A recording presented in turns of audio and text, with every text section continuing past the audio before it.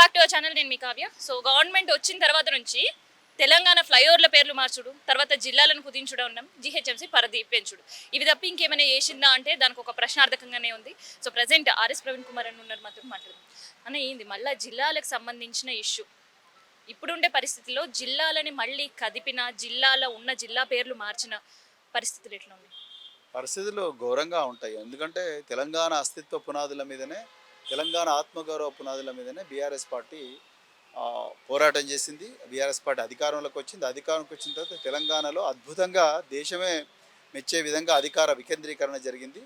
ప్రజల దగ్గరికి పాలకులు, ప్రజల దగ్గరికి అధికారులు చాలా దగ్గరికి పోయి వాళ్ళ సమస్యలు పరిష్కరించే విధంగా కేసీఆర్ గారు జిల్లాలను చాలా శాస్త్రీయంగా విభజించి వాటిని 10 సంవత్సరాలు గాడిలో పెట్టిండు. ఇప్పుడు 10 సంవత్సరాల తర్వాత మళ్ళీ వచ్చి ఈ జిల్లాలు శాస్త్రీయంగా జరగలేదు, కొన్ని జిల్లాలను క్లోజ్ చేస్తా అంటే తెలంగాణ అగ్నిగుండం అవుతుందని నేను అనుకుంటున్నాను.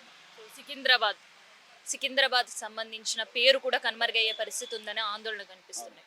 అండ్ ఇవాళ ర్యాలీ కూడా మీకు తెలిసిందే, ఫస్ట్ పర్మిషన్ ఇవ్వడం, తర్వాత దాన్ని రిజెక్ట్ చేయడం. ఏం జరుగుతుంది? రేవంత్ రెడ్డి గారికి పాలన చేయడం రావట్లేదు.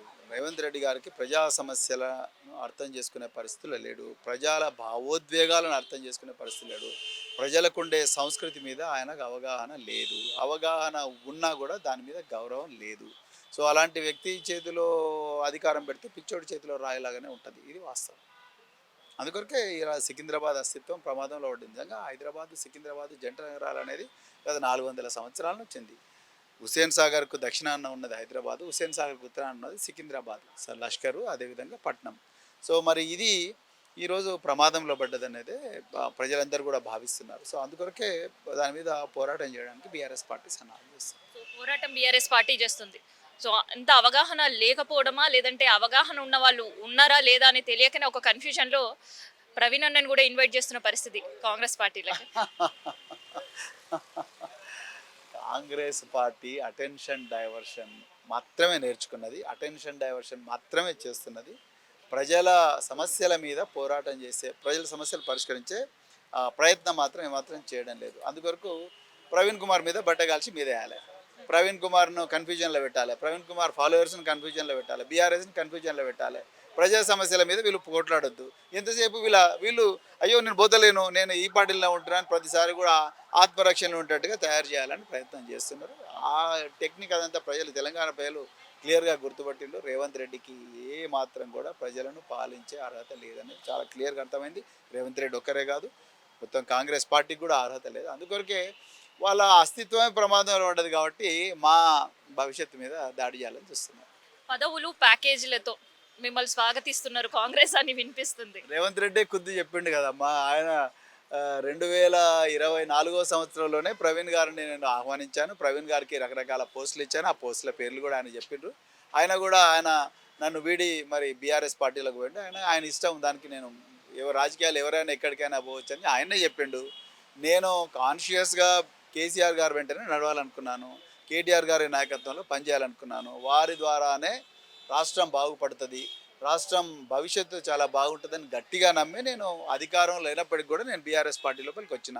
సో ఇప్పుడు రేవంత్ రెడ్డి గారు ఎన్ని డ్రామాలు చేసినా, ఎన్ని కుట్రలు చేసినా, కాంగ్రెస్ సోషల్ మీడియా వాళ్ళు ఎన్ని గందరగోళాలు చేసినా నేను మాత్రం నా అభిప్రాయాన్ని మార్చుకోవడం చాలా క్లియర్గా చెప్పిన. వాళ్ళకు కూడా ఆ విషయం తెలుసు, కానీ క్యాడర్ని ఎప్పుడు కన్ఫ్యూజన్లో పెట్టాలి, అది వాళ్ళు చేస్తున్నారు. అనర్హత వేటుపడ్డ ఎమ్మెల్యేలకి 7 మందికి ఇప్పటికే క్లీన్ చిట్, మిగతా 3 మంది తేల్చుకోండి అని కోర్టు ప్రతిసారి చివాట్లు పెడుతూనే ఉంది. క్లీన్ చిట్ ఇస్తూనే పోతున్నారు. ఏంటి అసలు? మరి వాళ్ళు ఇప్పుడు అది స్పీకర్ గారు నిర్ణయించాలి చట్టం. ఇప్పుడు ఈ విషయం ఏమో సుప్రీంకోర్టులో ఉంది. సో దాని మీద నేను ఎక్కువగా మాట్లాడను, కానీ డెఫినెట్గా న్యాయము ధర్మమే గెలుస్తుందని మాత్రం నేను చెప్పగలను. ఈ వాళ్ళు కాంగ్రెస్ కండువాలు కప్పుకొని ఫ్లెక్సీలు పెట్టుకుంటారు, కాంగ్రెస్ కండువాలు పెట్టుకొని కాంగ్రెస్ కార్యక్రమాల్లోకే పోతుంటారు. సో అదేవిధంగా కాంగ్రెస్ పార్టీ కార్యకర్తలు పెట్టి అన్ని సమావేశాల్లోకి కాంగ్రెస్ కండువాలు పెట్టుకొని వెళ్తున్నారు. ఇప్పుడు మొత్తం ఆ 10 నియోజకవర్గాలు ఎక్కడ చూడు కాంగ్రెస్ కండువాలతోనే వాళ్ళు దర్శనం ఇస్తారు. కానీ ఆ విషయం మరి గౌరవ స్పీకర్ గారికి తెలియకపోవడం అనేది నాకు చాలా చాలా ఆశ్చర్యంగా ఉంది. సో అది కాంగ్రెస్ కండువా కాదు, దేవుడి కండువా అని చెప్పే పరిస్థితి కూడా ఈరోజు వచ్చిందంటే ఇంకా ప్రజలను ఎంత అమాయకులు అనుకుంటున్నారు అనేది కాంగ్రెస్ వాళ్ళకి తెలుసు. సో ప్రజలకు కూడా తెలుస్తూ ఉన్నది. తప్పకుండా ఏదో ఒక రోజు మాత్రం న్యాయం ధర్మం గెలుస్తుందనే మా నమ్మకంతో స్పీకర్ తీరు ఎట్లుంది? స్పీకర్ తీరు నేను ఏం చేసినా నడుస్తుందని స్పీకర్ గారు అనుకుంటున్నారు. సో బట్ ఇక స్పీకర్ కూడా మరి ఆయన ఒక చట్టసభలో మరి చట్టసభకు ఆయన న్యాయ నిర్ణేత, మరి శాసనసభ్యులు వాళ్ళందరూ కూడా ఏ విధంగా ఉండాలనేది, వాళ్ళ భవితవ్యం ఏ విధంగా ఉండాలనేది మరి స్పీకర్ గారే నిర్ణయించాలి. కానీ స్పీకర్ గారు మరి కళ్ళ ముందరనే ఇంత ఘోరం జరుగుతున్న స్పీకర్ గారు అలా ఆ విధంగా నిర్ణయం ఇవ్వడం అనేది బాధాకరం. బట్ రాబోయే రోజుల్లో తప్పకుండా కోర్టులు అయితే సరి అయిన నిర్ణయం తీసుకుంటాయని మేము అనుకుంటున్నాం. సో ఇవాళ జరుగుతున్న నిరసనకి మరి పార్టీ మారిన ఎమ్మెల్యేలను కూడా ఇన్ఫర్మేషన్ ఉందా? అందరికీ ఉందండి, అందరికీ ఉంది.